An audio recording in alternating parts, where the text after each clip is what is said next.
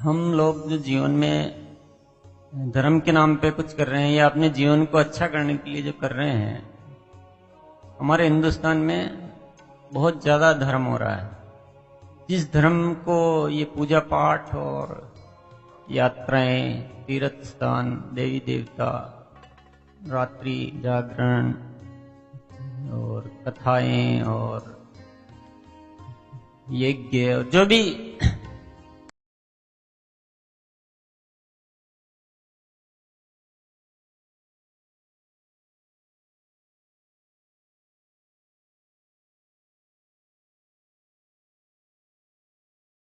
हम लोग जो जीवन में धर्म के नाम पे कुछ कर रहे हैं या अपने जीवन को अच्छा करने के लिए जो कर रहे हैं, हमारे हिंदुस्तान में बहुत ज्यादा धर्म हो रहा है। जिस धर्म को ये पूजा पाठ और यात्राएं, तीर्थ स्थान, देवी देवता, रात्रि जागरण और कथाएं और यज्ञ और जो भी मेले और ये बहुत सारी जो चीजें हो रही है ना, ये काफी मात्रा में होती है हिंदुस्तान में। आप सब सहमत हैं? हर गली गली में, हर चौराहे पे कुछ न कुछ कार्यक्रम चलता रहता है। हम सब भी इन चीजों से बहुत गहरे से जुड़े हुए होंगे। हमारे आसपास भी बहुत कुछ चलता रहता है। दुनिया भर के तो यहाँ गुरुजी है, आश्रम है, मंदिर और मस्जिद और इनकी तो कोई शायद जितनी जनसंख्या नहीं उससे ज्यादा ये मिल सकते हैं। गलत कह रहा हूं क्या? क्योंकि हर एक के घर में अलग अलग होता ही है और बाहर वाले अलग होते हैं और रोज बढ़ रहे हैं। ये आदमी नहीं बढ़ते, उससे ज्यादा मंदिर मस्जिद बढ़ जाते हैं। कुछ लोगों का काम ही यही है, तो बोले हम बहुत समाज सेवी है, हम नया मंदिर बना रहे हैं, तो वो चंदे की वो छपा लेते रसीद बुक और घूमते फिरते हैं पूरी दुनिया में। बहुत महान आदमी, महान कार्य कर रहे हैं। इस तरह का इतना सब कुछ हो रहा है हिंदुस्तान में, इतना ज्यादा, अगर उसको हम धर्म कहें तो काफी मात्रा में हो रहा है। और अगर ये सही धर्म है तो इतना धर्म होने के बाद पूरा हिंदुस्तान स्वर्ग बन जाना चाहिए। जिस देश में इतना धर्म हो रहा हो, उस देश में तो सब कुछ अच्छा होना चाहिए ना। धर्म का परिणाम क्या होता है? अच्छा ही होता है, बुरा तो नहीं हो सकता। अगर धर्म हम इतना ज्यादा कर रहे हैं और उसका धर्म का परिणाम अच्छा होता है, तो उस धर्म के द्वारा ये धरती स्वर्ग बन जानी चाहिए ना। आपस में ये प्रेम पैदा होना चाहिए, सब एक दूसरे के प्रति आकर्षण, अच्छे विचार आने चाहिए। पर ऐसा कहीं हो रहा है? होता हुआ तो नहीं दिखाई दे रहा है। रोज लड़ाई झगड़े बढ़ ही रहे हैं, एक दूसरे के प्रति विद्वेष बढ़ ही रहा है, कम तो कुछ भी नहीं हो रहा है। तो इससे बात समझ में आ जाती है कि हम कुछ न कुछ कोई बड़ी भूल कर रहे हैं। आती नहीं आती?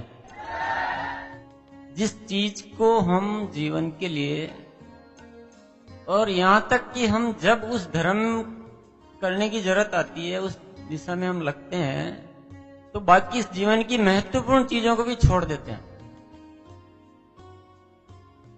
भाई आज तो हमारे पाठ है, कथा है, हमारे तो गुरु जी की कथा है, वहां जाना है। तो उसके लिए बोले आप किसी आदमी से जो वादा किया हुआ है, किसी का आपको पैसा चुकाना है, कोई आपका फर्ज है कारोबार को लेकर या और किसी को लेकर, वो सब छोड़ देंगे। कोई पैसा मांग रहा तो उसको भी कह देंगे आज तो मेरे कथा में जाना, कल आना। अब पैसा मांग रहा उसको चुकाना पहला आपका फर्ज है, कथा में जाना पहला फर्ज। तो हम नैतिक जिम्मेदारियों तक को भूल जाते हैं, लेकिन वो काम हमको लगता है कि हमारा जीवन का उद्धार तो वहां होना है। इस कदर इन चीजों में हम डूबे हुए हैं और उसका परिणाम कुछ भी ठीक नहीं हो रहा है।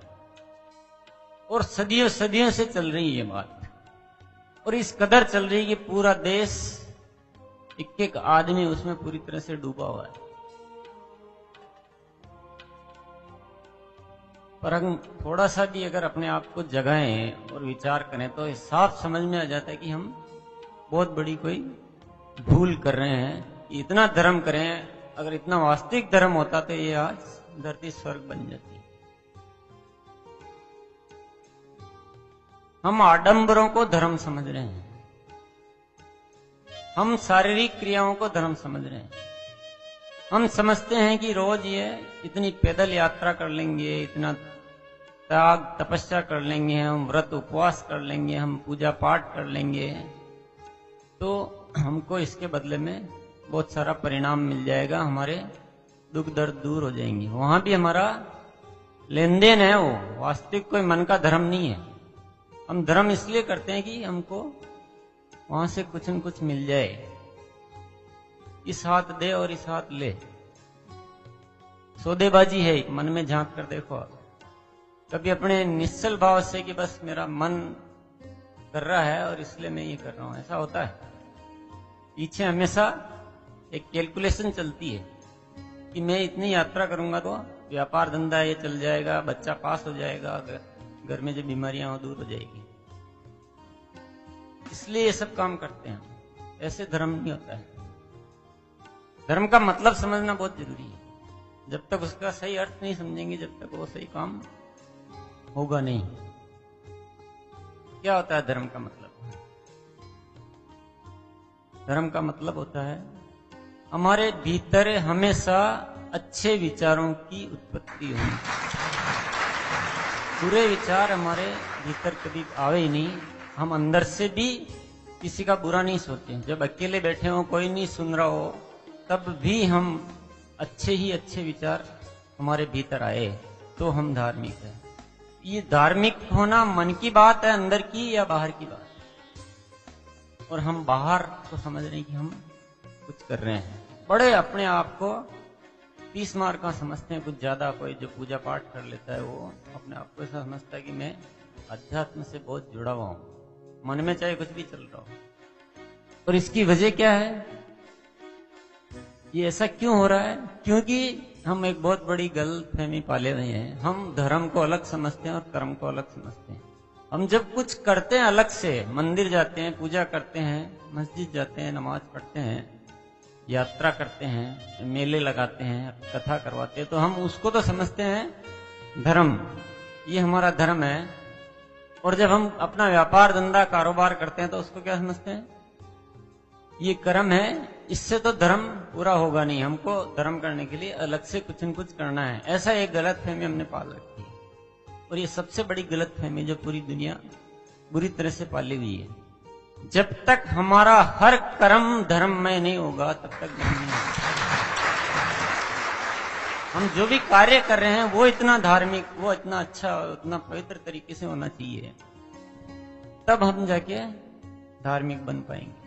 मैं तो कहता हूं एक आदमी कभी कुछ नाम ही नहीं लेता है, मंदिर भी नहीं जाता है, कुछ भी नहीं करता, न पूजा करता है, न देवी देवता की बात करता है, लेकिन आदमी इतना सच्चा है कि कभी भी किसी का बुरा नहीं करता है, अपनी ड्यूटी ईमानदारी से करता है, जिम्मेदारियां निभाता है, और जीवन में किसी से राग द्वेष नहीं रखता है, सबसे प्रेम से रहता है, दूसरों का भले के लिए कुछ न कुछ करता रहता है। बताइए वो आदमी धार्मिक है या नहीं? पर लोग क्या कहते हैं, ये आदमी धार्मिक नहीं है। मेरे को बड़ा आश्चर्य होता है कि जो आदमी इन आडंबरों में कम ध्यान देते हैं वो उल्टा ज्यादा धार्मिक नजर आते हैं। आडंबर वाले तो सोचते हैं कि हमने तो धर्म का काम तो कर लिया, अब हमको बाकी कुछ करने की जरूरत, मैं धर्म का लाइसेंस मेरे को पूरा मिल चुका, अब तो बाकी मैं कुछ भी कर सकता हूं। तो वो अपने आप सेटिस्फाइड हो जाता है कि मैंने तो धर्म तो खूब कर लिया, मैं तो आध्यात्मिक आदमी हूं। तो बाकी के कार्यक्रमों में कुछ भी ध्यान नहीं रखता है। लेकिन जो कुछ नहीं करता वो अपनी ड्यूटी पूरी नहीं समझता, वो उसको तो कुछ न कुछ करना है। ऐसा भी बहुत मिलता है, ऐसा जरूरी नहीं है पर ऐसा हो जाता है। अब आप कहेंगे कि ये सब चीजें, फिर ये मंदिर वगैरह ये सब क्या फालतू चीजें हैं क्या? मन में विचार आ रहा होगा ना, इतना सालों से, इतने जीवन से हम जिन चीजों को बहुत महत्वपूर्ण मान रहे हैं, इन चीजों का आप सही उपयोग लो तो इनका महत्व है, और सही उपयोग नहीं लो तो दीवारें हैं। यदि आपको वहां जाकर कोई ऐसा निश्चय करना है कि मैं आज यहाँ इसलिए आया हूं कि मेरे विचार पवित्र बने, तो मंदिर फायदेमंद है। और मंदिर जाकर भगवान के सामने कि हे भगवान, मैं आज तेरे द्वार पर कुछ मांगने आया हूं, मेरा आज दिन भर का व्यापार अच्छा चल जाए, मेरे बच्चे पास हो जाएं, ये बीमारी हो रही है दूर हो जाए, या आपके बार बार नमस्कार करता हूं, तुम बड़ा दयालु है, तो मेरी बात सुन लेगा, तो मेरे ख्याल से ये सब बेकार के ढकोसले हैं। क्योंकि वहां आप लालच से जा रहे हो। अपना कर्म करने की निश्चय करो, अपने को अच्छा बनाने की निश्चय करो। मंदिर एक ऐसा स्थान है जहां पवित्रता आती है, और वो पवित्रता आकर दिन भर मेरे जीवन में समाहित रह सकती है। वो मंदिर इसलिए बनाए गए। मंदिर वहां मांगने के लिए नहीं बनाए गए, भिखारियों के जैसे वहां भगवान के सामने मांगते रहे। हे भगवान, तू बड़ा दयालु है और मैं बड़ा नादान हूं, मैं तो अज्ञानी हूं, मेरे पापी हूं, मैं नीच हूं, मेरे को कुछ भी नहीं आता है, बस तू बड़ा दयालु है जो मेरा कल्याण कर देना, और मेरा ही कल्याण मत करना, मैं तेरी और पूजा करता हूं, अर्चना करता हूं, इस पूरे जगत का कल्याण कर देना, सब सुख शांति से भर देना इस जगत को। परमात्मा देखता है कि मैंने तेरे को इंसान बनाकर इस दुनिया में भेजा था कि इसमें कुछ कर्म कर, जिम्मेदारी ले और इस दुनिया को ठीक कर, इसलिए तेरे को धरती पर भेजा। तू फिर आके और मेरे को ही सारे काम अपने सौंप रहा है।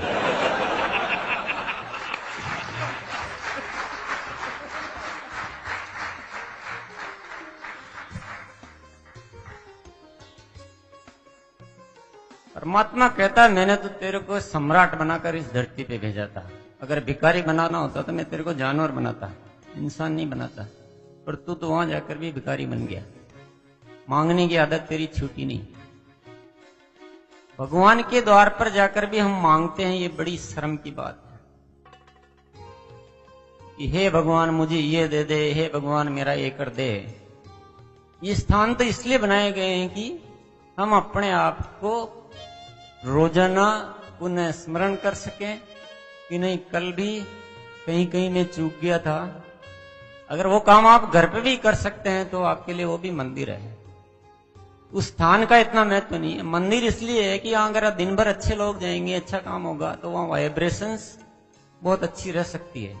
लेकिन आजकल हम लोग ऐसा कुछ तिकड़मबाजियां कर रहे हैं कि वहां की वाइब्रेशंस भी सारी दूषित हो गई है। तो हर चीज परमात्मा ने देने में कुछ कमी नहीं रखी हुई है, हम उसका सही उपयोग नहीं कर पा रहे हैं।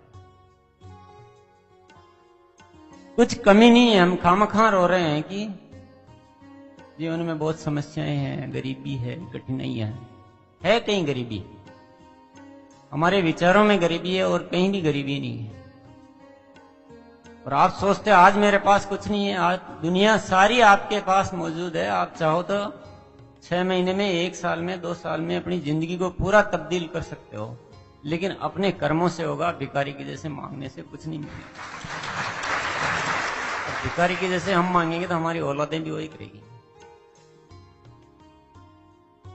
तो ये इस तरह के विषयों को इस जीवन एक खोज में पूरी तरह से स्पष्ट किया गया है, और इसमें ये बताया गया है कि जो भी है वो हम है। सब कुछ हमारे पास, सब कुछ मौजूद है, उसको पहचान नहीं पा रहे हैं। इस शक्ति को जगाने का प्रयास किया गया है। आप ही इस जगत के रचयिता हो। एक आदमी के जब विचार अच्छे हो जाते हैं तो वो इस पूरी सृष्टि में पता नहीं क्या क्या कर देता है। इंसान वो का वही है, वही हाथ पैर पांव सब कुछ सेम, पर विचार अच्छे होते ही वो अकेला एक आदमी इस धरती के लिए पता नहीं क्या कर देता है। और जब विचार अच्छे नहीं हो पाते हैं, हम दुनिया की भीड़ में ऐसे खो गए कि हम अपने अस्तित्व को ही भूल गए। बहुत एक इंसान में बहुत शक्ति है, और इंसान को इस तरह से बनाया गया, परमात्मा की इतनी कृपा है कि वो अपने अच्छे विचारों से इस पूरी दुनिया को आकर्षित कर सकता है। इस दुनिया को जैसे चाहे मोड़ सकता है और जैसे चाहे बना सकता है। बहुत ताकत है आप सब में, पर आपको प्योर बनाना पड़ेगा। पहले शुद्ध नहीं बनाएंगे, अपने महत्व को भूल जाएंगे। दुनिया में दूसरों को महत्व इतना ज्यादा दे दिया हमने, और खुद को हम कमजोर समझते हैं। हमेशा यही सोचते रहते हैं। इसलिए सबसे पहला चैप्टर है धारणाएं। धारणाएं कह दो, सिद्धांत कह दो। पूरी जिंदगी हमारी किस बेस पे चलती है? धारणाओं के बेस पे चलती है। और इसमें ये लिखा हुआ है कि धारणा बनाना, सिद्धांत बनाना ही गलत है। सही सिद्धांत क्या और गलत सिद्धांत क्या है उसका मतलब ही नहीं है। सिद्धांत बनाना ही गलत है, सही है तब भी गलत है। वो सिद्धांतों पे जीवन नहीं चलता है, जीवन प्रतिदिन एक खोज है। आपको सब कुछ दिया है ना, अपनी सोच दी है, ये दिया है, इसको काम में क्यों नहीं लेते? अब मैंने कह दिया है कि हाउ टू डू बुक पढ़नी चाहिए। अब मैंने कह दिया लोग पढ़ रहे हैं, बार बार पढ़ रहे हैं, कुछ याद कुछ भी नहीं रहता, न उसके अकॉर्डिंग कुछ करते हैं।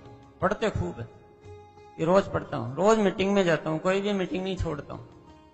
तो जो मीटिंग में बताते हैं वो कुछ भी नहीं करते। तो धारणाओं का मतलब ये, इसमें ही कहा गया कि धारणाएं ऐसे नहीं बनानी कुछ भी, कि इन्होंने कह दिया है। अपने सारे एनालिसिस के बाद, प्रयोग के बाद, ऊपर नीचे विचार के बाद फिर उस चीज को अपनाना है। धारणाएं तो गलत भी हो सकती है और सही भी हो सकती है, लेकिन सही धारणा भी बिना उस पे काम किए, अपना विवेक को काम में लिए हुए बना लेंगे तो वो धारणा भी गलत है। चाहे आप पूरी दुनिया उसको कह रही कि अच्छा है, पूरी दुनिया कह रही है कि वो अच्छा है, फिर भी हो सकता है वो गलत हो। इस बात पे आपको आश्चर्य हो रहा होगा। पूरी दुनिया कहती है कि बड़ों से आशीर्वाद लेना चाहिए, आप भी मानते हैं लेना चाहिए। तो मैं कहता हूं ये गलत है बात। आशीर्वाद आप मांग ही रहो बड़ों से, मांगना ही हो ना कि आशीर्वाद दे दो मेरे को, तो मैं कहता हूं मांगना है ही गलत। बड़ों का सम्मान करना चाहिए। मैंने जो विश्लेषण किया है, बड़ों का सम्मान करना चाहिए और बड़ों को कुछ करके दिखाना चाहिए कि नहीं मैं आपको ये कुछ करके दिखाऊंगा। वो मेरे ख्याल से बड़ों का ज्यादा अच्छा सम्मान है और बड़ों को ज्यादा खुशी उसमें मिलेगी। रोज रोज जाके बोले आशीर्वाद दे दो मेरे को, फिर दूसरे दिन जाएंगे फिर आशीर्वाद दे दो, फिर 7वें दिन जाएंगे फिर आशीर्वाद दे दो, फिर 3 महीने बाद जाएंगे फिर बोलेंगे आशीर्वाद दे दो, बहुत कुछ कोशिश की लेकिन कुछ कर नहीं पाया हूं, अब आपका आशीर्वाद मिल जाए तो अब मैं शायद कुछ कर लूं। तो क्या खुश होगा बड़ा? बड़ों को दुखी करने के लिए उनसे आशीर्वाद मांग रहे हो आप। सिर्फ ये अपने माइंड को आप चालू करना शुरू कर दोगे नहीं तो सब कुछ आपको मिल जाएगा। हमने तो धारणाओं को पकड़ के अपने जीवन को बांध लिया, पूरी जकड़ लिया। है धारणाएं हमारे दिमाग पे बड़े बड़े तालों की जैसे लग गई है। अब आपको इतनी बड़ी बात का विरोध करोगे तो आपको बड़ा आश्चर्य होगा कि ये कोई बात गलत है, बड़ों का आशीर्वाद लेना चाहिए, तो पूरी दुनिया कहती है इसमें तो अच्छा ही है। पर मैं कहता हूं ये बात बिल्कुल गलत है। इसके पीछे हम स्वार्थी हैं पूरे, कि मेरे को आशीर्वाद मिल जाए तो मेरा कुछ उद्धार हो जाएगा, और कुछ भी नहीं है आपका इंटेंशन इसमें है। बताइए, वहां सोचे कि कुछ नहीं मेरे को अब तो मैं खुद करके दिखाऊंगा, नहीं कर पाया ना, पर मेरे कुछ गलती थी। वहां ये सोच नहीं होती शायद आशीर्वाद की कुछ कमी रह गई थी इसलिए नहीं हो पाया था, मैं आशीर्वाद और ले लेता। आपके अंदर की भावना को उस समय चेक करना, आप जब ऐसे कहते हो तो पूरा का पूरा उलटबासी हो रहा है काम, सब कुछ उल्टा पुल्टा हो रहा है हमारे साथ, और इसीलिए हम अपने अंदर की पावर को जगा नहीं पा रहे हैं। जब तक ये मांगने की आदत नहीं छूटेगी, जब तक अंदर का विकास हो ही नहीं पाएगा। और वो बहुत माइन्यूटली आपको बारीक बारीक चेक करना पड़ेगा। हर जगह हमारा इंटेंशन मांगने का रहता है, बस मिल जाए। आरसीएम में भी इस निगाह से मत आना कि आरसीएम तो चल रहा है तो हम भी जुड़ जाते तो हमको भी मिल जाएगा। कुछ नहीं होने वाला ऐसे, कहीं भी कोई पूरी दुनिया में कहीं भी चले जाओ ऐसा कुछ मिलने वाला नहीं है। और ऐसे इसलिए हमको ये जीवन मिला भी नहीं है। सबके लिए अच्छा सोचो और ऐसा कुछ कि दूसरों के लिए हम क्या कर सकते हैं, तब ये जीवन चलेगा। अपने लिए जीना भी कोई जीना है। और कम से कम आरसीएम एकेडमी के सभी स्टूडेंट्स से मैं कह देता हूं, आज के बाद कोई भी आपस में पांव छूने का सिस्टम बिल्कुल बंद कर दो। इसकी कोई आवश्यकता नहीं, कहीं भी इसका कोई उपयोग भी नहीं है। पांव छुए आप घर में, बड़े बुजुर्ग है, क्योंकि वो हमारी कल्चर है। संस्कृति के विरोध में जाना भी कोई अच्छी बात नहीं है, उसमें तो आप बिल्कुल वैसे कहलाएंगे कि ये अभद्र आदमी है। तो वो भद्रता नहीं खोनी है। बड़े बुजुर्ग रिश्तेदार वो एक कल्चर है, उसको हम इस तरह से इग्नोर नहीं कर सकते हैं। बाकी हमको आपस में कोई पांव छूने की कोई जरूरत नहीं है, इससे कुछ अच्छा भी नहीं हो रहा है। ये गलत परिपाटी सी चल पड़ी, इसमें फिर हम चूक जाते हैं। कुछ लोगों का अहंकार बढ़ा देते हैं बिना मतलब का। तो ये धारणाएं वाली बात समझ में आ गई आपको? आप इस बुक को अब इस निगाह से और पढ़ते रहना। किताबों को भी काम में लेना आना बहुत जरूरी है। जब तक हम उसको अपने दिल में उतार के उस पर सोचेंगे नहीं, मंथन नहीं करेंगे, एक्सपेरिमेंट नहीं करेंगे, ऐसा नहीं बाहर जाके फिर हम ये वो कोई धारणाओं वाली बात करने लग जाएंगे। अभी उठे थोड़ी देर बाद फिर वो कोई कहानी आ जाएगी, आप आशीर्वाद दे दो। हर चीज को एक बार विपरीत सोचकर आपको देखना है, इसके प्लस पॉइंट खुद को सोचने हैं। और मैं तो कहता हूं अगर कोई कुछ विशेष आपको करना है, विशेष बनना है, तो जो दुनिया करती है और आपको लगता है कि ये काम करना है आवश्यक नहीं है, इसके बिना भी आराम से काम चल सकता है, तो वो काम करो ही मत। थोड़ा दुनिया के अलग ही चलो आप, जब तक कि बहुत जरूरी नहीं हो। सारी दुनिया बर्थडे पार्टी मनाती है ना, तो आप उससे तो कुछ बिगड़ता था नहीं मनाएंगे तो अलग चलो। आप नहीं मनाते हमारे बर्थडे नहीं, हमारे तो हर दिन बर्थडे है, हर दिन दिवाली है, हर दिन होली है।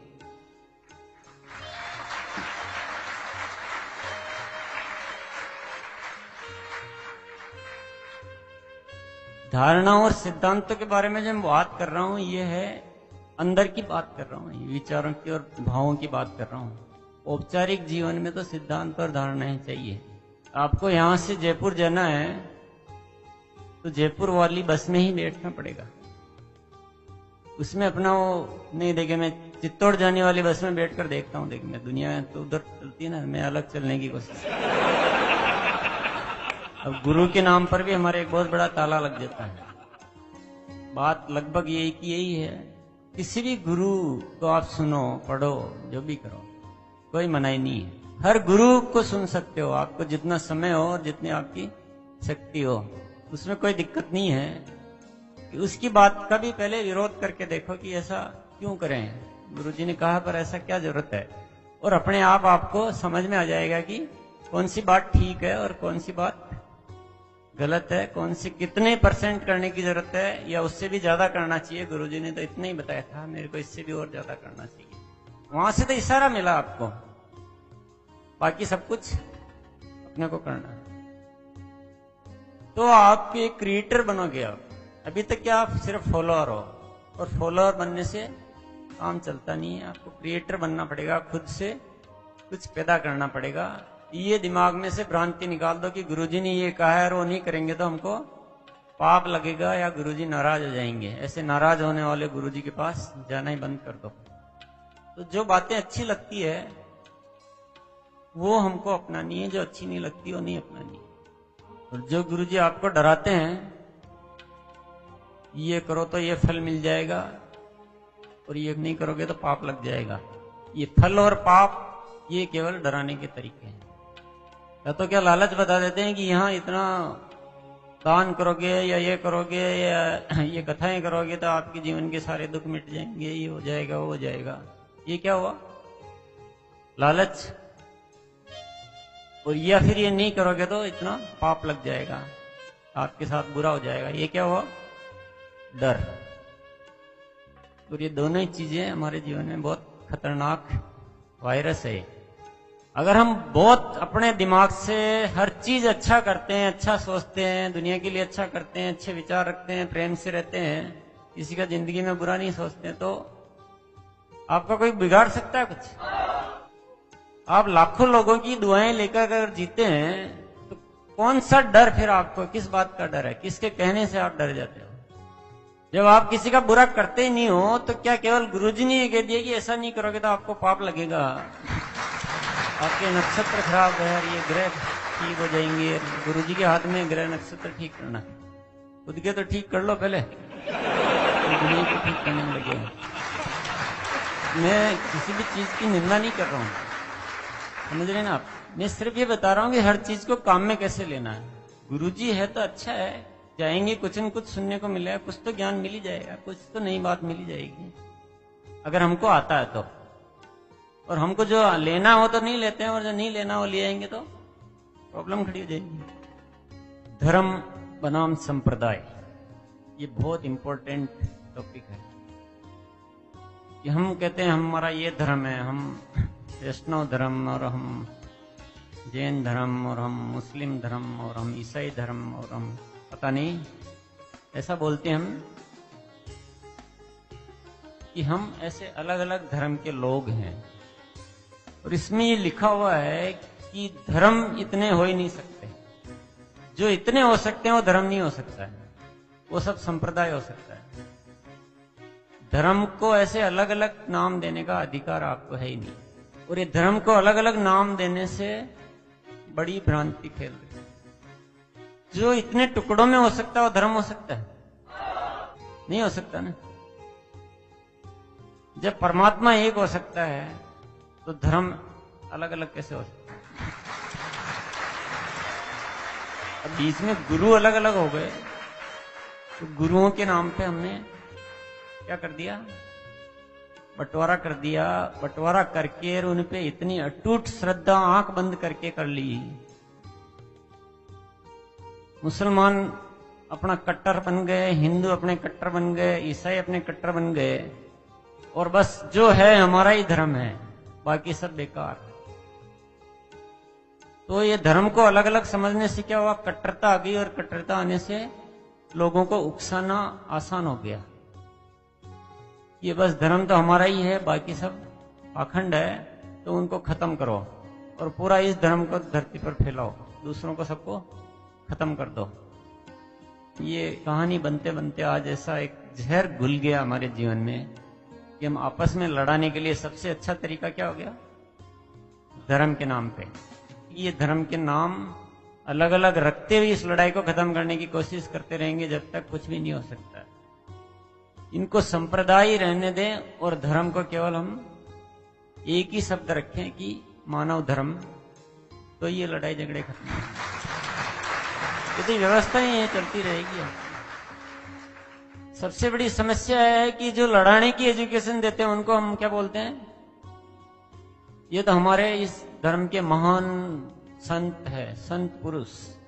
पूरे हिंदुस्तान में ये इनकी सभाएं होती है, इनके बहुत अनुयायी हैं।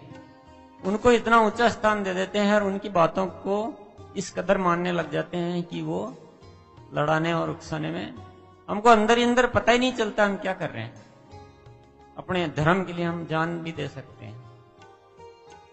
आप जान क्या दे सकते हो? आप सबसे बड़ा पाप कर रहे हो। इस किताब में जो बहुत सारी चीजें लिखी हुई है जो मैं बता रहा हूं, इसमें आप ये दुनिया भर की चिंताएं मत पाल लेना आप कि अब मैं कैसे करूंगा, इतनी बड़ी दुनिया का सब कुछ ठीक कैसे करूंगा, या सब जाके बाहर जाके और सब इसके विरोध में या कुछ काम करने लग जाओ। आप इस झंझट में मत पड़ जाना कहीं भी। आपको सिर्फ अपना रवैया ठीक रखना है, बस अपने विचारों को ठीक करना है। अपने को ये धर्म भीरू या धर्म कट्टरता इसमें नहीं पड़ना है। अपने को उनके कहने से कभी लड़ना झगड़ना नहीं है। अपने को ठीक होना, बस खुद को, दुनिया को ठीक करने में ज्यादा उग्र मत हो जाना। प्रयास अंदर ही अंदर करते रहना है, जैसे अपन कर रहे हैं अभी। अपन ये प्रयास कर रहे हैं ना अंदर ही अंदर से ताकत। RCM बिजनेस द्वारा एक परिवार बना रहे हैं, जीवन एक खोज के द्वारा दुनिया में बात पहुंचा रहे हैं, अपने साथियों को बैठकर एजुकेशन दे रहे हैं। और ऐसा नहीं कि अपन कहीं चौराहे पे जाके और सारी अपन सबको उकसाने लग जाएं और फिर इस चिंता में भी पड़ जाएं कि बहुत कोशिश कर रहे हैं, कुछ हो ही नहीं रहा है। अगर हम एक एक खुद ठीक हो जाएंगे तो पूरी दुनिया।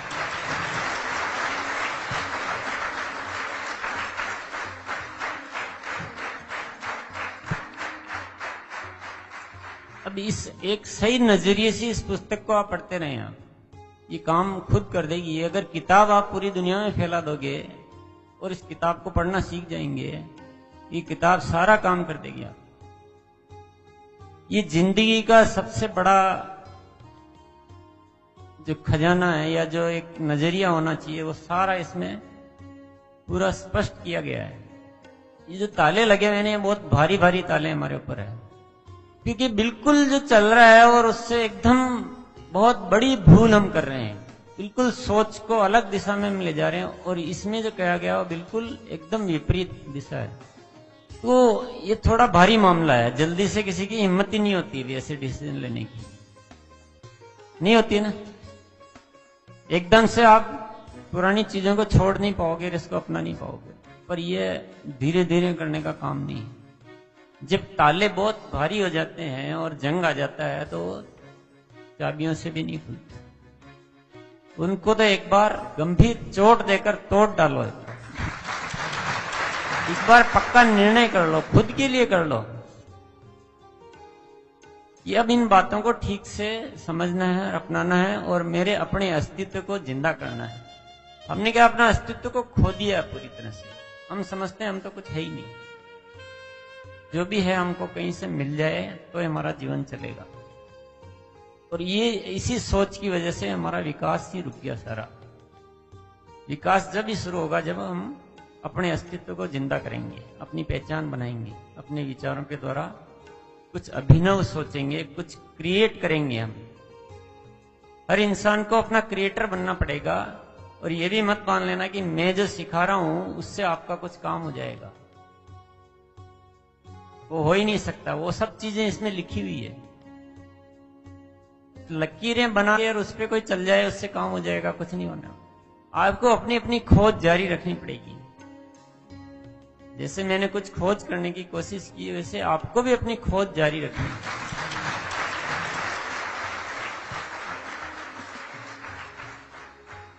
आपके विचार है, एक बार उनमें से ये धारणाएं हटाओ तो सही। आपके विचार जैसे ही चालू होंगे सब कुछ निकलेगा, सब उपजेगा। और दुनिया से थोड़ा अलग चलने की कोशिश करो, जहां चल सकते हैं, जहां कुछ भी नहीं बिगड़ता है, आराम से वो अलग चलने का रास्ता अपनाया जा सकता है, वहां अलग चलने की कोशिश करो। हम दुनिया के साथ चलने के चक्कर में गलत चीजों की इतनी कॉपी करते रहते हैं, इतनी कॉपी करते रहते हैं कि कुछ ठीक हो ही नहीं पाता है।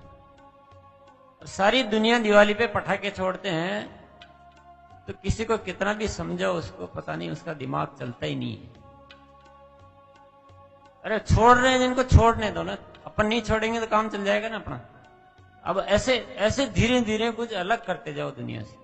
और आपका मन नहीं लग रहा है कि नहीं ये तो एंजॉय ये करना चाहिए, ऐसे तो जिंदगी में कुछ मजे ही नहीं रहेंगे, ऐसा भी सोचते लोग। तो तुम मजा लेना तुमको आया क्या? अभी तो तुम कुछ मजा ही नहीं ले रहे हो।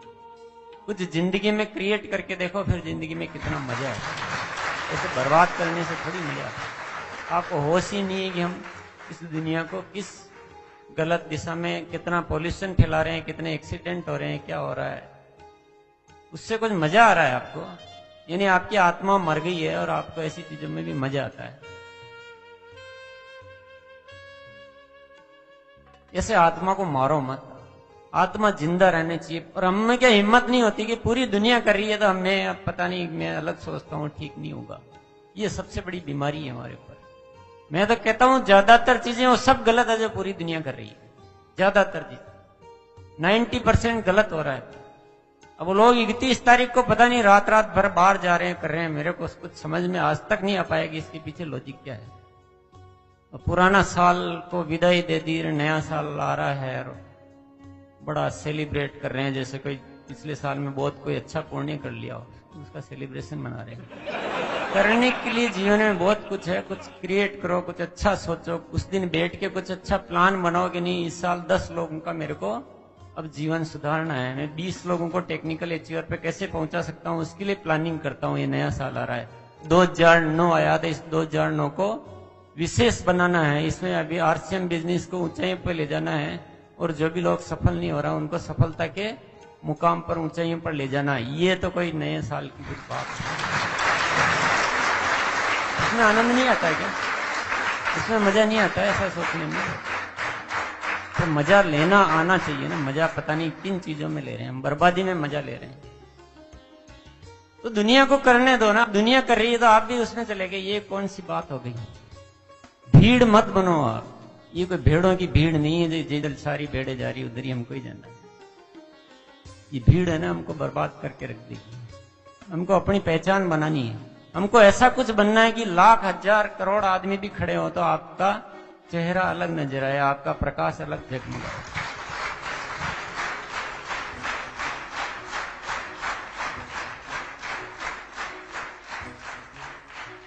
हालांकि मेरे कहने से आपको मानना नहीं है, आप अपने दिमाग से सोच के मानना।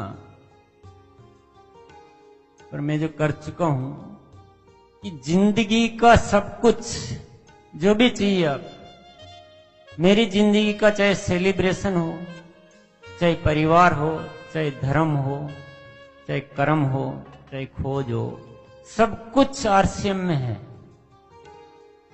इससे बढ़कर धर्म मैंने जिंदगी में कभी देखा नहीं है, और इससे बड़ा सेलिब्रेशन, इससे बड़ी अचीवमेंट, इससे बड़ी उपलब्धि, इससे बढ़कर प्यार, सब कुछ है इसमें। मेरे को तो इससे अलग की कहीं कोई जरूरत ही नहीं है। मेरे को कोई कहता है कि आज आपने क्या किया, बर्थडे पे क्या किया, 31 दिसंबर को क्या किया, दिवाली पे क्या किया, होली पे क्या किया, मेरा हर पल पल इसमें इतना आनंद है, इतना सब कुछ है, मेरे को कहीं किसी चीज की कोई जरूरत ही नहीं होती। आप भी अपने दिमाग से सोचना, और सब कुछ आरसीएम आरसीएम आरसीएम। जो आपको गीत सुनाया था कि हम हो गए तेरे आरसीएम,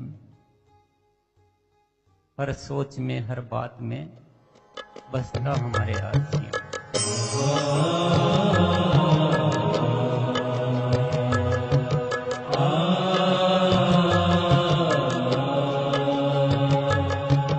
हो गए तेरे आरसीएम, हम हो गए तेरे आरसीएम, हम हो गए तेरे आरसीएम, हम हो गए तेरे आरसीएम। हर सोच में, हर बात में बसता हमारे आरसीएम। हर सोच में, हर बात में बसता हमारे आरसीएम। हम हो गए तेरे आरसीएम, हम हो गए तेरे आरसीएम।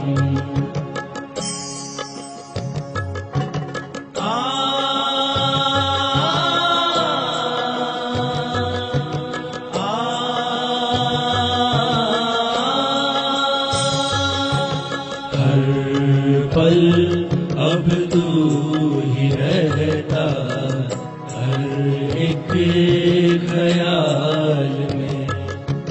हर पल अब तू ही रहता, हर एक ख्याल में। जिंदगी गुजरेगी अब ये तेरे संग हर हाल में। हर ख्वाब जीवन का सजेगा साथ तेरे आरसीएम।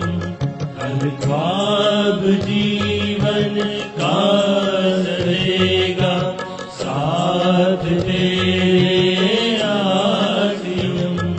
हम हो गए तेरे आरसीएम, हम हो गए तेरे आरसीएम।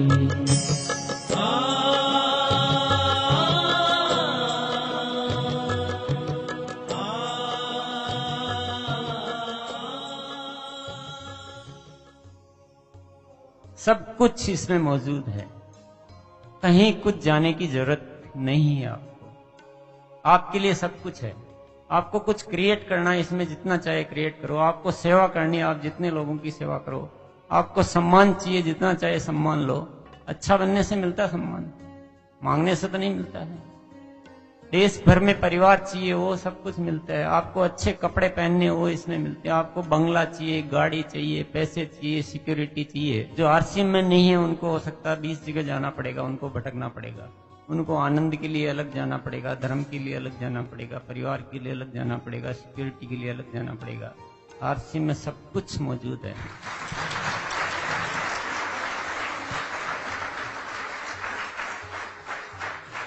तो अपने दिमाग से खूब सोचना, ठोस निर्णय लेना, और आरसीएम में किस तरह से चलना है वो। हालांकि मैं आपको बताने की कोशिश कर रहा हूँ, सब किताबों में भी लिखा हुआ है। मैं आपके साथ बैठकर रूबरू बात करने के लिए भी तैयार हूँ, लेकिन ज्यादा बेहतर होगा कि आप अपनी खोज करोगे आरसीएम के साथ किस तरह से चलना है। इसके बताने से अपना अध्याय पूरा होता नहीं है कभी। आप इससे बढ़कर सोचो। आप आज अपना टारगेट बना लो कि आपको मेरे जैसा नहीं बनना है, मेरे से बेहतर बन के दिखाना है। आप एक बार लक्ष्य तो बनाओ, सब कुछ मिलेगा। और मिलेगा जब आप थोड़ा दुनिया की भीड़ से अलग चलने की हिम्मत पैदा करोगे अपने। आत्मबल, हमारी आत्मा में बल बहुत है यदि हम उसको काम में लेना सीख जाएं। और वो आत्मा का जो बल है वो छिपा हुआ है दो चीजों के पीछे, एक है डर और एक है लालच। हमको इतना डराया हुआ है इस दुनिया में, मतलब अपने अस्तित्व को ही भूल गए, अपनी शक्ति को पूरा भूल गए। ये करोगे तो वो हो जाएगा, वो करोगे तो वो हो जाएगा, ये नहीं करोगे तो वो हो जाएगा। मैं कहता हूं ज्योतिष होगा, कोई विज्ञान होगा, वो कुछ पता लगा पाते होंगे और वो सही बताते होंगे। मैं ये भी नहीं कहता हूं कि वो गलत बताते होंगे, पर दो सत्य तो पक्के हैं कि सारे ज्योतिष सही नहीं बता पाते हैं। अब हम कैसे पहचाने कि कौन सा सही बता रहा है कौन सा गलत बता रहा है? इस चक्कर में हम उलझ जाते हैं। दूसरी चीज, वो कितना ही सही बताओ, वो आदमी की नींद को तो हराम कर देता है। कि वो फिर क्या है, जैसे उसके एक चीज बताई सही निकल गई उसकी, उसके बाद उसका जीवन चक्र पूरा बिगड़ जाता है उसका। वो फिर छींक भी लेनी हो तो ज्योतिष से पूछता है कि मैं छींक लूं या नहीं छींक लूं। कुछ शुभ घड़ी निकल जाती है, वो पूछने के चक्कर में ही रह जाता है। जो निर्णय लेने का समय ही निकल जाता है, और वो पहले के पूछ के करूंगा मैं तो, कि वो कहेंगे तो ये किया था तो बहुत नुकसान हो गया मेरे। अरे नुकसान क्या होता है? नुकसान क्या तुम्हारे पास है क्या जो चला जाएगा? खाली हाथ आए और खाली हाथ जाना है, ये जो दुनिया के खेल तमाशे, इसको नुकसान समझ रहे हो? 2 पैसा आज आ गया ज्यादा तो क्या हो गया, 2 पैसा चला गया तो क्या हो गया? आग लग गई तो लग गई, क्या है? ये तो सब कुछ होना ही है ना। तो वो केवल उस आग के बचाने के, नुकसान को बचाने के चक्कर में, कुछ गलत नहीं हो जाए उसको बचाने के चक्कर में हम इन चक्रों में पड़ जाते हैं, इतने भारी उलझ जाते हैं कि कितना ही सही ज्योतिष तो सही बता रहा है, लेकिन हमारा पूरा कार्यक्रम बिगड़ जाता है, नक्शा बिगड़ जाता है आदमी का। होता है नहीं होता है? मैं ये नहीं कह रहा हूं ज्योतिष गलत है, ऐसे ये मेरा मैटर ही नहीं, ये सब्जेक्ट ही नहीं अपना। अपने तो ये मान के बैठो ना कि गलत था, एक दिन तो ऊपर जाना ही है और खाली हाथ जाना है। तो ये तो सब खेल तमाशे है। थोड़ा ज्यादा मिल जाएगा तो भी ठीक है, रहेगा आनंद से तो रहे, अपने मस्ती से। उन चक्करों में कहां पड़े? और उन चक्करों में पड़ते आपका हिसाब किताबी मन हो जाता है। वो करूंगा, इतनी बजे चलूंगा तो सही पहुंचूंगा, ये इतना मुहूर्त पे ये करना है, वो इतना हिसाब किताबी कि वो पैसा पैसा पैसा। ज्योतिष पे जाता आदमी सिर्फ पैसे के लिए या कुछ परिवार के कुछ कामों के लिए, बस। ये क्या है? ये बंद करो। ये मैं तो कहता हूं भले ही वो आदमी ज्यादा पैसा कमा लेता है, पर वो क्या सुखी है क्या? आप तो ये देख लो। और अपने को सुखी होना है या पैसा कमाना है? तो सुखी होना तो ये सब चक्करबाजी बंद करो। अपनी आत्मा की शक्ति को जगाओ। और आपको अगर ये नहीं आता तो मैं आपको एक बहुत बड़ा ज्योतिष बताता हूं। मैं भी ज्योतिषी हूं, और मैं जो बताऊंगा बिल्कुल पक्का है, मेरी ज्योतिष को कोई छोड़ नहीं कर सकता है। कि यदि आपकी आत्मा में शक्ति है, आप हमेशा न्यूट्रल रहते हो, और आपका जो आभा मंडल होता है, हर इंसान के ऊपर एक आभा मंडल होता है, वो ऐसे नहीं दिखाई देता है। आजकल की वैज्ञानिक ऐसी चीजें आ गई जिससे आप उसको देख भी सकते हो। अगर लाख लोगों की दुआएं आप पर असर कर रही है, और आपकी सोच में इतनी पवित्रता है कि आपका ओरा, इसको ओरा बोलते हैं इंग्लिश में, और हिंदी में आभा मंडल बोलते हैं, अगर ये पवित्र है, प्योर है, तो कोई भी ग्रह नक्षत्र आपके ऊपर कुछ भी असर नहीं कर सकते हैं। कोई भी गलत शक्तियां आपका कुछ भी नहीं बिगाड़ सकती है।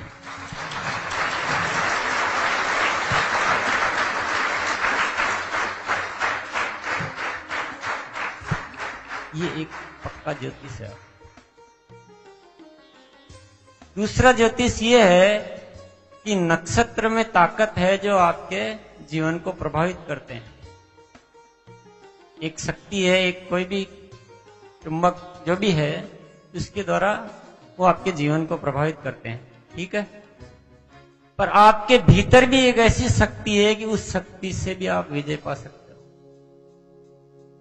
आपकी जो किस्मत में जो लिखा हुआ है, आप अपनी पवित्रता द्वारा, आप अपनी क्रिएशन द्वारा आप लाखों लोगों की दुआओं के द्वारा उन सब चीजों को आप उस ज्योतिष से भी आगे जाके आप अपना एक अलग प्रभाव पैदा कर सकते हो। तो ये शक्ति तो शक्ति से जीतने के लिए बड़ी शक्ति चाहिए, और बड़ी शक्ति हम अपने भीतर पैदा कर सकते हैं।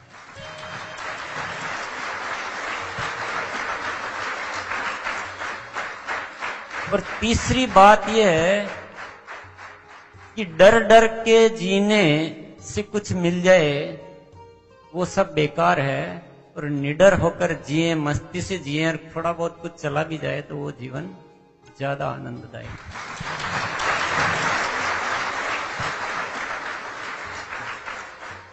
इस ज्योतिष को कोई फेल कर सकता है? अब कौन से ज्योतिष के पास जाना आपको? मेरा ज्योतिष नहीं है, तो मैं बोल रहा हूं, लेकिन मैं जब बोलता हूं इसका मतलब अपने भीतर। तो ये है आत्मा का बल। एक सब्जेक्ट है इसमें कर्म फल, कि इस जीवन में ये करेंगे तो अगले जीवन में वो मिलेगा। अब कोई ये नहीं कहता है कि इस जन्म में कराओगे तो इस जन्म में ये मिलेगा, अगले जन्म में मिलेगा। बहुत लंबा कथा है। अपने तो आरसीएम करोगे इसी जन्म में सब कुछ मिलेगा।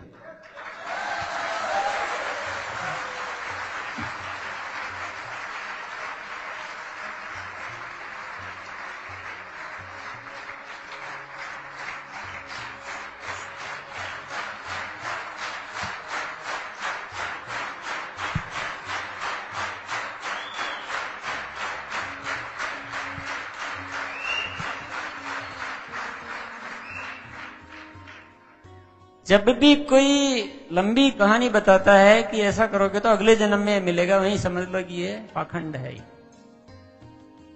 और अभी का जीवन तो सुधार ले पहले। अभी का तो सुधारा नहीं, अगले जन्म में सुधारने में लगे। अभी तो कुछ है ही नहीं, खाने के पता नहीं,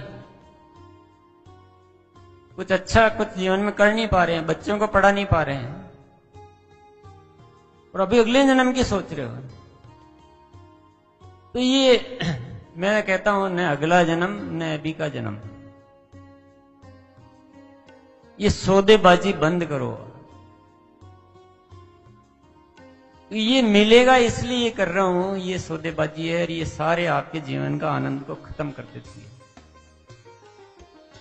आपके जीवन में अपने आप कुछ विचार, ऐसी इच्छाएं पैदा होनी चाहिए कि नहीं, मेरे को ये अच्छा लगता है इसलिए मैं कर रहा हूं, इसमें आनंद आता है तो इसलिए कर रहा हूं, तब उसका आनंद मिलेगा। मैं आरसीएम बिजनेस इसलिए नहीं कर रहा हूं कि आरसीएम बिजनेस करूंगा तो मेरे को अगले जन्म में स्वर्ग मिलेगा या अभी ये मिलेगा। मेरे को तो इसमें आनंद आता है इसलिए मैं कर रहा हूं।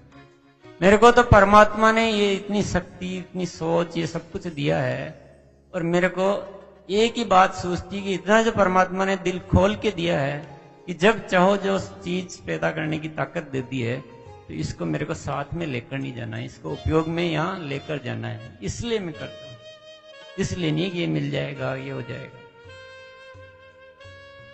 वो करने में मजा है, नहीं तो हिसाब किताब लगाने लग जाऊं कि इतने लोगों का भी ट्रेनिंग दे रहा हूं, इतना मेरा 2 दिन बिगड़ गया, इसकी बजाय तो ये करते तो बहुत कुछ कर लेते। ऐसे हिसाब किताब लगा, इसमें मेरे को आनंद आ रहा है। मेरे को इसमें आनंद है कि मैं एक आम आदमी को ऊपर उठाकर खास इंसान बना सकूं, ये मेरे आनंद है। मैं इसलिए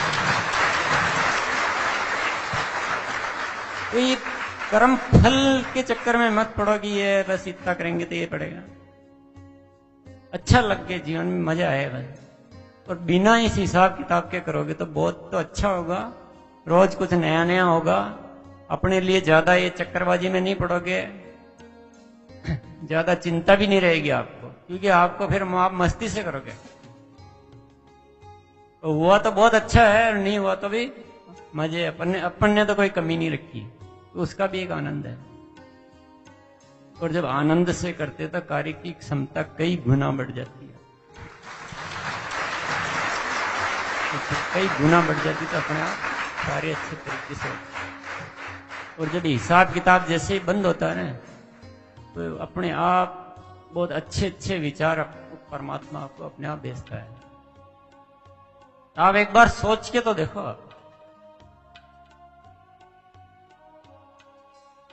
सिर्फ ये जैसे ही विचारों में ये लाना शुरू करो आप कि आनंद के लिए करना है, बस अब अपने को तो मजे लेना है, बाकी की जिंदगी आनंद लेना है और मजे लेना है और ये दुनिया का प्यार प्राप्त करना है, तो जितने ज्यादा लोगों का अच्छा कर सको उतना करो। फिर आप जो अभी आपको लगता नहीं कि मेरे को कुछ नहीं आता है या इतना नहीं आता, वो सब कुछ आने लग जाएगा।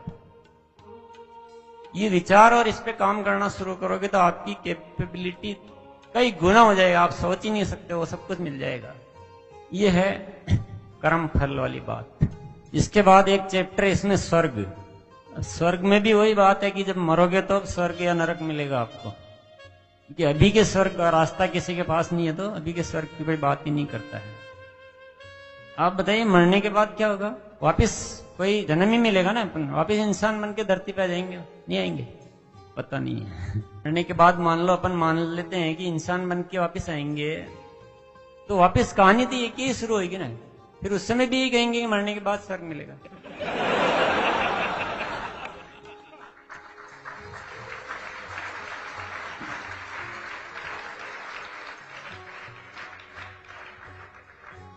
ऐसे कब तक इंतजार करते रहेंगे?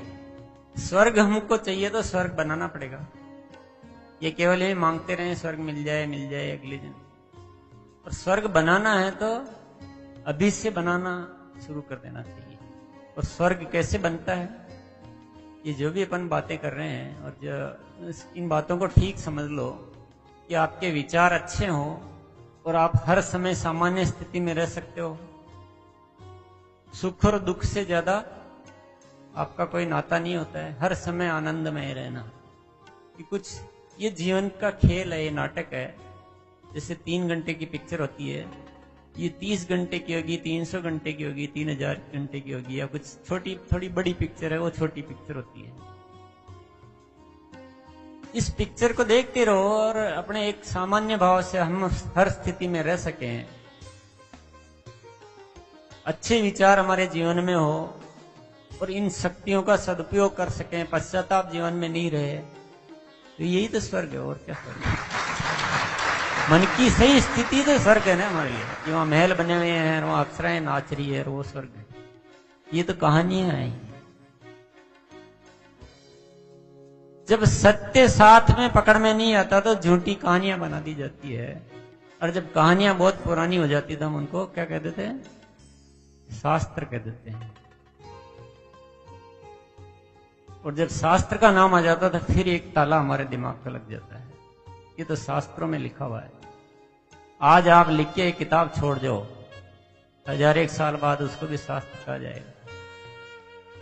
तो स्वर्ग हमको यही बनाना है, और अब तक हमारे पास जरिया नहीं था, लेकिन अब हमारे पास जरिया आ गया है, अब तो चूकना नहीं है। और नेक्स्ट टॉपिक हम लेंगे जीवन का स्वभाव।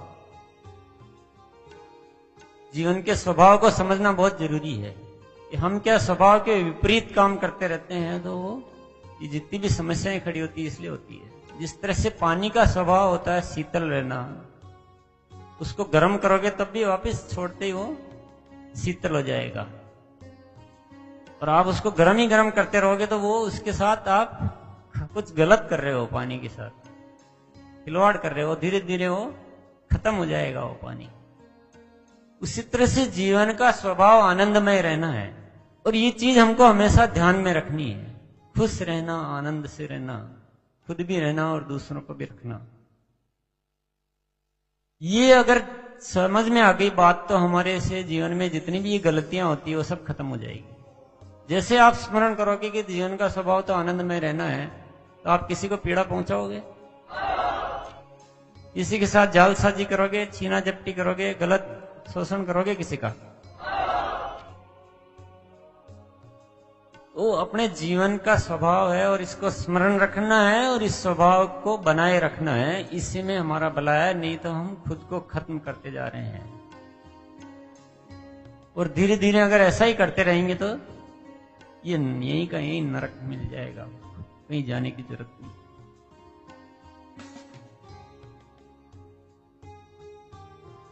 ये हमारे से क्रोध आना, किसी के साथ गलत कर लेना, किसी को धोखा दे देना, किसी का लाभ छीन लेना, किसी का शोषण कर लेना, ये सब इसलिए होता है कि हम अपने स्वभाव को भूल जाते हैं। ये हमारे स्वभाव में नहीं है, ये स्वभाव के विपरीत चीजें हैं, और ये कोई आनंद देती नहीं ये चीजें, किसी को भी देती है। हम जो पैसे को इतना महत्व कि उसको किसी भी तरह से हासिल करना कि उससे हमको आनंद मिलेगा, पैसा मैं हासिल कर लूं तो पैसा ही आनंद का वजह है, और पैसे को कैसे भी अच्छे तरीके से नहीं हो पा रहा तो कैसे भी हासिल कर लूं ताकि मैं अपने आनंद को प्राप्त कर सकूं, ये एक बहुत बड़ी भूल है। उससे कुछ आनंद मिलना नहीं है, मिल सकता है। असली स्वभाव को याद रखो, असली आनंद को पहचान लो, तो अपने आप वो सारी गलतियां ठीक हो जाएगी, आज से वो हो ही नहीं पाएगी। और आज आपको बहुत सारी चीजें अपने आप में बदलनी है, बहुत कुछ बड़ा बदलाव लाना। मैंने पहले ही कह दिया कि ये हथौड़े की चोट से इन सारे तालों को तोड़ डालो। धीरे धीरे करने की कोशिश मत करना, फेल हो जाओगे। कुछ निश्चय कर लो कि नहीं, आज से मेरे को पूरी तरह से बदलना है। ये निश्चय सबसे बड़ी जरूरत है। हम समझते तो सारी बातें जा रहे हैं, पर ये निश्चय नहीं करते हैं कि नहीं, आज से मेरे को कुछ बदलने की जरूरत है। हम समझते हैं हाँ बस ये ठीक है, हाँ ये बात ठीक है, मैं मानता हूं, एग्री करता हूं, पर उससे कुछ काम होने वाला नहीं। अपने को भीतर से रूपांतरित करना है, पूरा अपने आप को बदलना है, और ये आज निश्चय करना पड़ेगा पक्का, और उसको एक्शन में लाना पड़ेगा। ये इतना आसान काम नहीं है, ये हमने कभी किया ही नहीं है।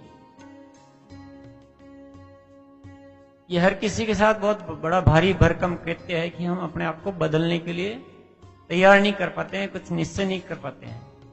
एक एक कदम पे ध्यान रखते हुए अपने आप को बदलने का निश्चय करना पड़ेगा, सब चीजें ठीक हो जाएगी, ये स्वर्ग बन जाएगा।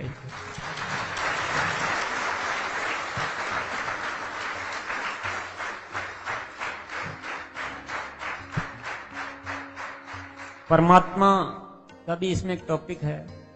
परमात्मा को किस किसने देखा? किसी ने नहीं देखा। और परमात्मा को किस किसने महसूस किया?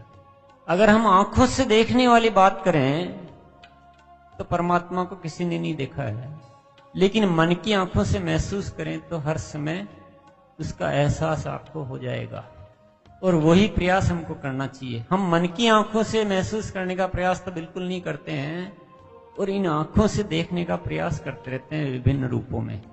इस आपकी इस जिज्ञासा का लोग फायदा उठाते हैं, तरह तरह से परमात्मा दिखाने की कोशिश करते हैं आपको, और ये जब गलत बात होती है तो उसका सारा परिणाम गलत ही होता है। जब आप हर किसी को परमात्मा समझ कर उसकी बात मानने लग जाते हो, और जब परमात्मा के रूप में किसी की बात आप सुनते हो तो आप उसका विरोध कर नहीं पाते हो, फिर आपसे सारी गलत एक्टिविटीज हो जाती है।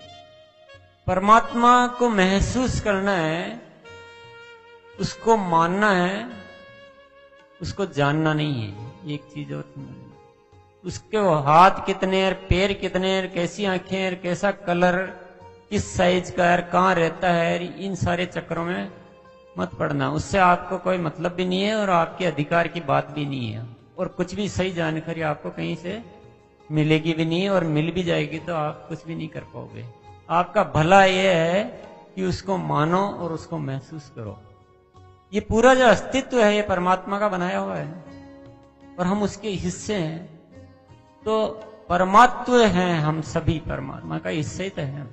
और जब इतनी बड़ी सोच अगर हमारे भीतर आ गई है कि हम परमात्व हैं, परमात्मा का हिस्सा है, जो भी शब्दों में बोलो, पर ये एग्जिस्टेंस का हिस्सा है, तो आपसे गलत विचार आ पाएंगे आपके।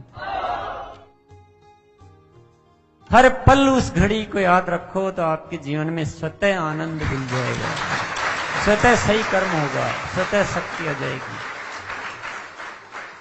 और हम तो उसको कभी कभी जाकर याद करने की कोशिश करते हैं, और याद भी नहीं करते हैं। अपन तो उसको ऊपर ऊपर से लिपा पोती करने की कोशिश करते हैं कि हम तो चावल चढ़ा रहे हैं, हम तो नारियल चढ़ा रहे हैं, हम तो फूल माला चढ़ा रहे हैं, और परमात्मा के चढ़ा रहे हैं। परमात्मा पता नहीं कहाँ है, पर आप किस चीज को कहाँ परमात्मा मानकर और पता नहीं क्या क्या एक्टिविटीज कर रहे हैं। ये बाहर का मामला नहीं है इतना, ये महसूस करने का मामला है। और बाहर में इतने लीन और तल्लीन हो गए हैं कि अंदर से महसूस करना बिल्कुल भूल ही गए। हर घड़ी और हर पल, ये कोई 10 मिनट बैठ के याद करने की चीज नहीं है। जब भी आप सोच रहे हो तब आपको एहसास होना चाहिए कि कुछ भी कर्म का डिसाइड करना तो मैं इस अस्तित्व का हिस्सा हूं। उस बात को याद करते हुए आपको कोई बुरे विचार आ पाएंगे? इतनी अगर सोच डेवलप हो गई, अब ये सोच डेवलप करने के लिए हमको सिखाया जाता है कि 2 घड़ी बैठकर उसका स्मरण कीजिए। वो आदत में लाने के लिए है। वो 2 घड़ी और 2 पल बैठ के स्मरण करने से पूरा जीवन ठीक नहीं हो जाएगा। वो आदत में लाने के लिए ठीक है, लेकिन आपको हर सोच में, हर कृत्य में उसको याद रखना है।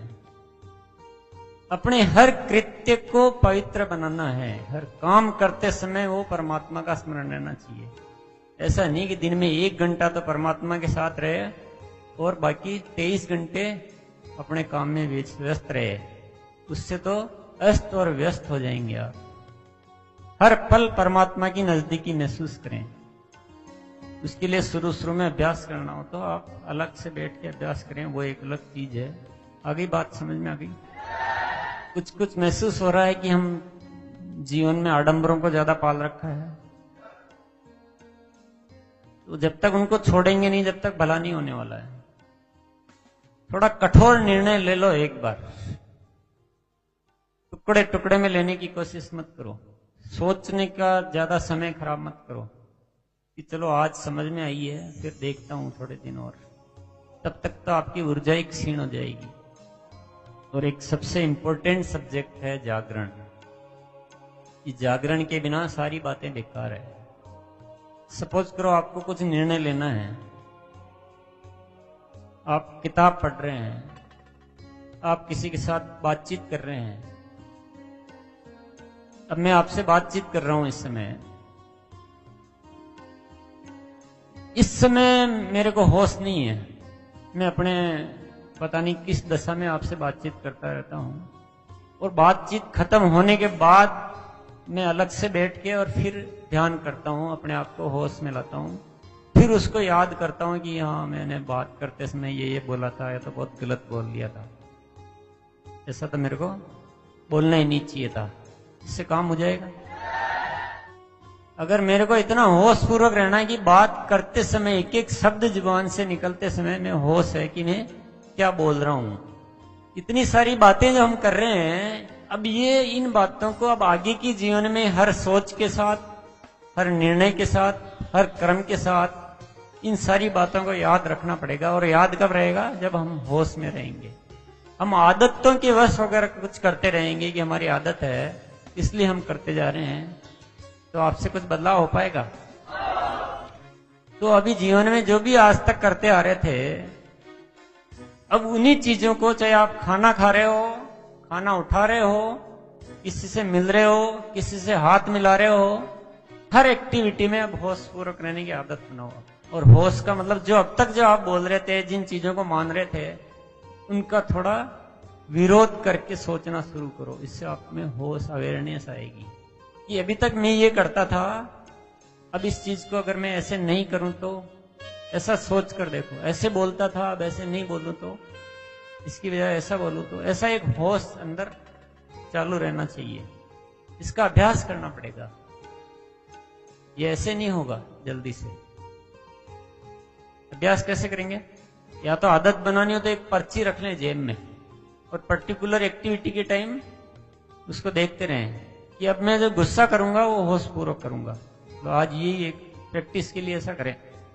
तो एक पर्ची रख लें जेब में, जब भी गुस्सा है तुरंत पर्ची निकाल के कि हाँ, ध्यान से करना है, आज गुस्सा ध्यान पूर्वक करना है।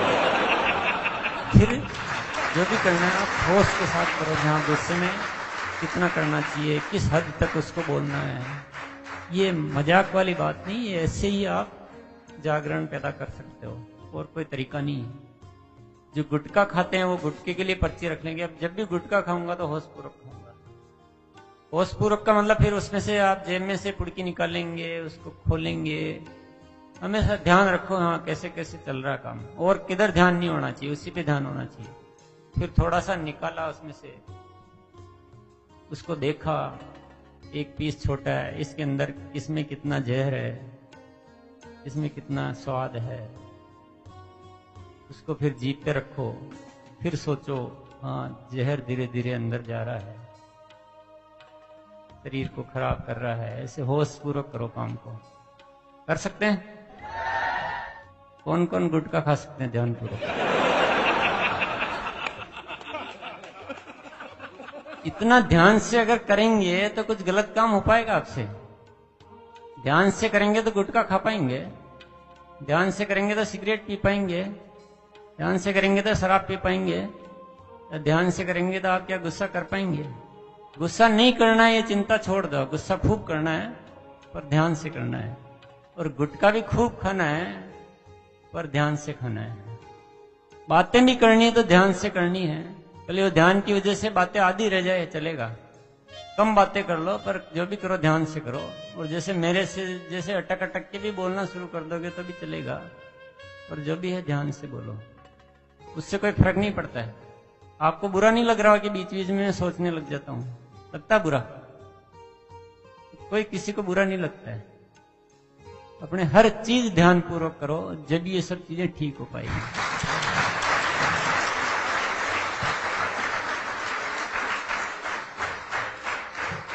इस किताब को आप लगातार पढ़ते रहें और इस तरह से पढ़ते रहें कि इसको काम में लेना है, इसका मास्टर नहीं बनना है, इसका पूरा उपयोग करना है। इसके बारे में आप चर्चा करने लायक, इसको एक्सप्लेन करने लायक बन जाएं, इसकी तारीफ करने लायक बन जाएं।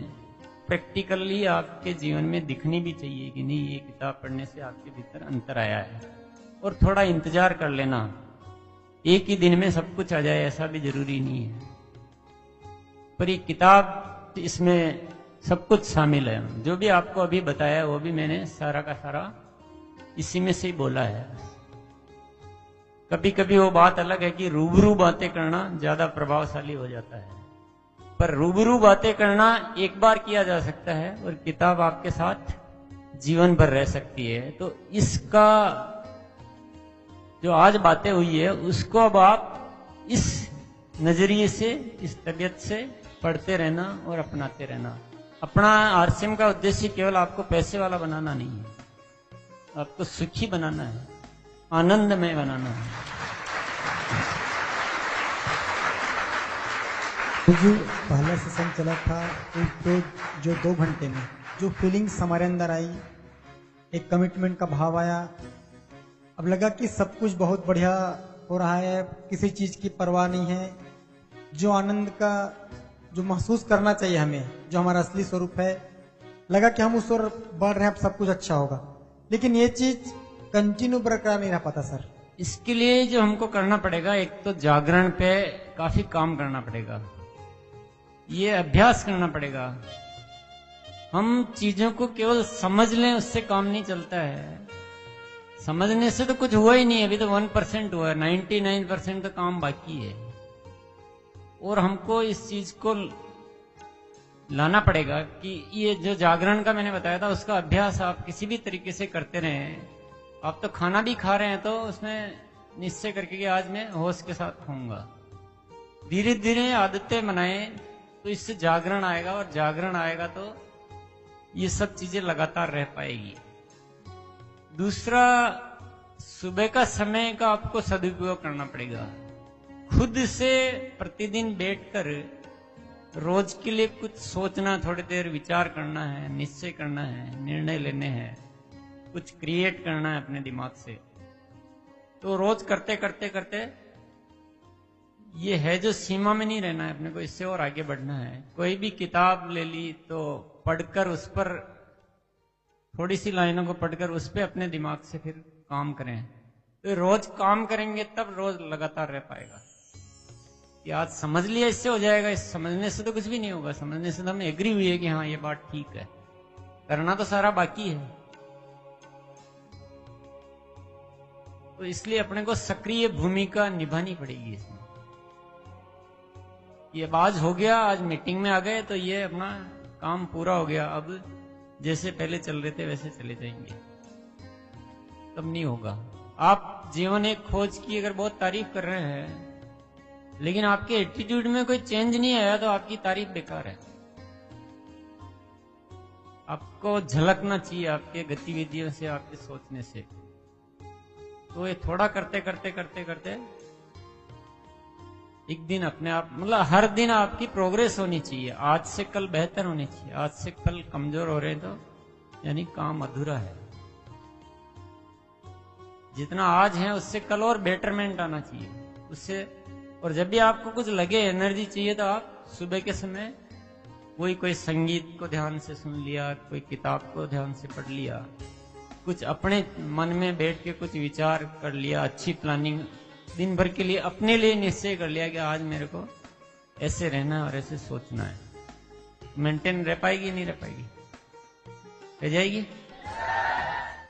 तो दूसरों को नहीं देखना है, अपनी प्रोग्रेस को खुद करते रहना है। दूसरे नहीं कर रहे हैं, दूसरे ही सब ऐसे ही हो गए तो ठीक है। उसने भी गुटखा उस दिन तो छोड़ा था, पर अब तो वापिस चालू कर दिया, तो मैं भी कर लेता हूँ। दूसरों की कमियों को नहीं अपनाना है, और दूसरों की अच्छाइयों से भी आगे निकलकर खुद को, अपने आप को इस दुनिया में न्यारा बनाना है, निराला बनाना है। और किसी का है कोई? यस। मैं जानता हूं कि आरसीएम एक बिजनेस कंपनी है, लेकिन आप जिस तरह से समझा रहे हैं तो मैं पर्सनली आपके बारे में जानना चाहता हूं। ज्ञान दो टाइप का होता है, एक परोक्ष ज्ञान और एक अपरोक्ष ज्ञान।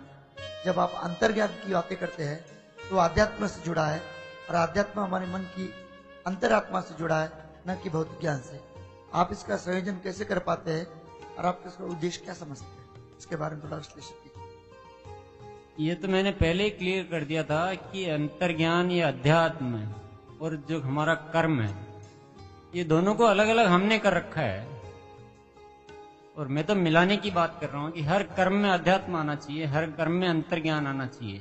कि आप बिजनेस भी अंतर्ज्ञान के द्वारा क्यों नहीं करते हो? बिजनेस में भी हम जब प्लान भी दिखा रहे तो हमारे मन में विचार होने चाहिए कि किसी इंसान का कैसे भला करना है। इसलिए नहीं कि अपना डाउनलाइन बढ़ानी है, उसको कैसे भला करना है, उसको कैसे जीवन में आगे बढ़ाना है। वो अंतर्ज्ञान की बात हुई, और इधर कर्म हुआ, बिजनेस हुआ। तो दोनों का मिश्रण करना पड़ेगा। और अंतर्ज्ञान बढ़ाना है या अध्यात्म बढ़ाना है या जीवन का आध्यात्मिक विकास करना है, तो उसके लिए कर्म भी साथ में चाहिए। अगर मैं आपको ये केवल उपदेश देता रहूं और आत्मा और परमात्मा की बातें करता रहूं और जीवन कैसे चलाना है इसकी पूर्ति नहीं करेंगे तो काम पूरा हो पाएगा? जब तक पेट नहीं भरेगा, जब तक अध्यात्म की बात आएगी दिमाग में। अच्छा, आपको मैं अध्यात्म को सिखा दूं, लेकिन जीवन जीने का कोई तरीका नहीं है।